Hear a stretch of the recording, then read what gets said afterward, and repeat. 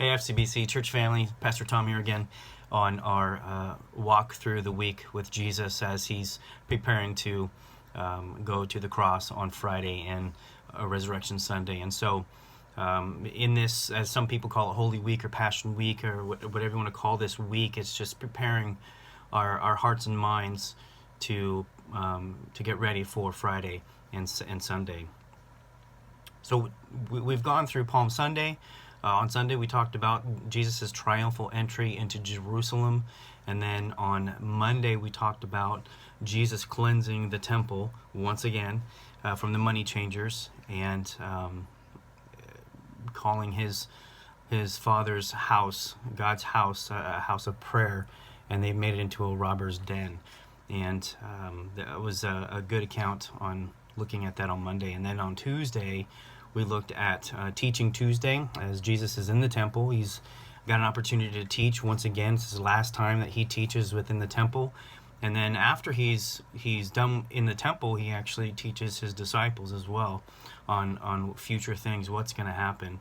And so today, what I'd like to talk about is where Jesus is, what's happening, how the plot thickens with Judas Iscariot, and this is when it all starts with Judas. And so today I'm going to go through Mark's account of what's going on today and how Judas leaves and starts to plot his betrayal with Jesus Christ, and then go through some of those details. And some people, some churches, I just kind of want to bring up to your attention that some churches actually see this day as a day of prayer. And a lot of churches will get together and pray together to get their hearts and minds, ready for and prepared for Jesus' crucifixion and Resurrection Sunday. And so today is the day that a lot of the churches do that.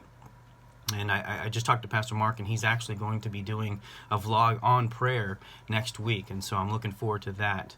And then some people actually call this day, which I'm going to kind of go with this one, Spy Wednesday. And we see this because it's the point that Judas is plotting to betray Jesus and get him arrested, and just for money.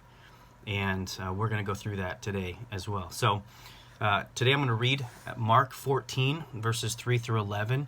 And a couple verses in Matthew 26 as well. But this account that you can actually see in Scripture, and I'll put it in the description of these vlogs.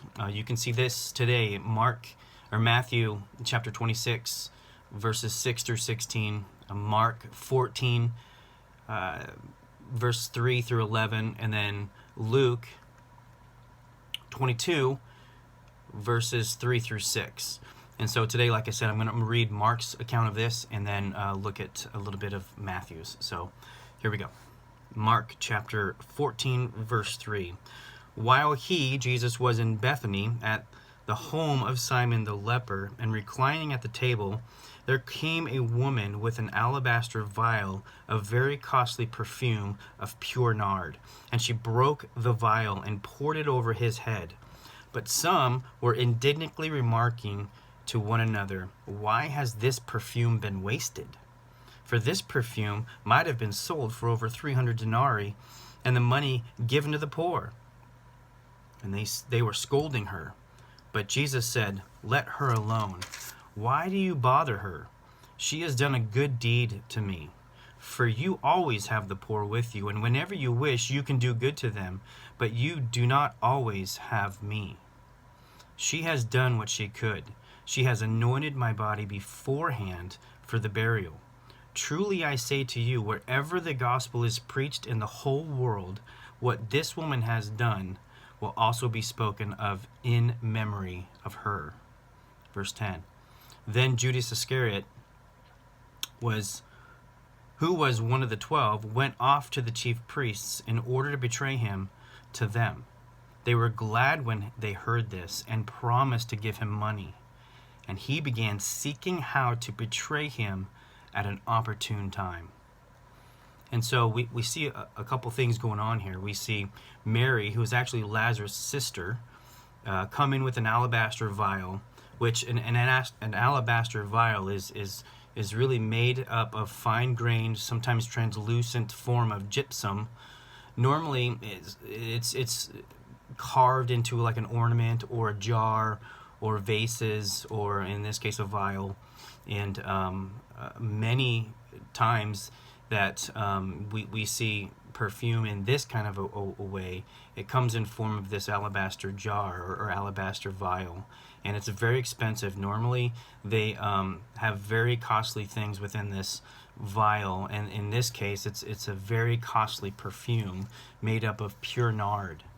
And so this is the deliberate act of Mary. Mary deliberately anointed Jesus with this perfume. And we can see that some people didn't like that. Some of his disciples didn't like that, and they were asking, hey, why is she doing this? Why, we could have sold that and then gave the money to the poor. And Jesus actually says, what in verse 8 of what we just read, he says this: she has done what she could.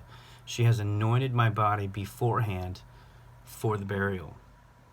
And then he says that this will never be forgotten. What Mary did was beautiful. It was something that shows her heart and her kindness to prepare Jesus for his burial. And they weren't really getting that. And so it shows Mary's heart for Jesus Christ in this particular part of Scripture. And then we see the opposite of what happens with Judas. Judas then goes off to find the chief priests in order to start his plot to betray Jesus Christ. And in Matthew's account, I just want to give you a couple more details on that account. And in Matthew chapter 26 verse 14, it says this: then one of the 12, named Judas Iscariot, went to the chief priests and said, what are you willing to give to me to betray him to you? And they weighed out 30 pieces of silver to him. From then on, he, Judas, began looking for a good opportunity to betray Jesus. And so this is where it starts for him. Today we see that Mary's done a very kind act towards Jesus, and then the opposite, Judas, is looking to betray him and get him arrested and ultimately crucified. And so the plot thickens. The plot thickens to betray Jesus, and it's counting down to when Jesus, like I said, is ultimately crucified on that cross. And tomorrow, we're going to look at how Jesus washes his disciples' feet, the Last Supper, what happens in the Garden of Gethsemane, and ultimately we're going to see the betrayal of Jesus Christ. And so I hope you guys can join me tomorrow on my next vlog on Thursday as we talk through the Last Supper and the washing of the feet and the conversations that go on with all that. And so I'm really looking forward to it. And like I said, I was talking to Pastor Mark earlier, and I told him I hope I can get through tomorrow and Friday's vlogs without bawling my eyeballs out, because when it comes to the crucifixion of Christ, Scripture is very detailed. It's very detailed on what happens to Jesus Christ in the event to prepare him to get crucified. And you all have probably heard a couple things. You've read it in Scripture. You understand it. You've seen movies maybe on the crucifixion of Jesus Christ. Needless to say, Scripture is detailed on this account, and it's a beautiful display of love. But when you read through it and you ultimately understand Jesus dying on the cross, hopefully I can get through it. So bear with me, stick with me, and I'm really looking forward to it. Thank you for joining me this morning, this afternoon actually now, in this vlog. And I hope you guys are being encouraged.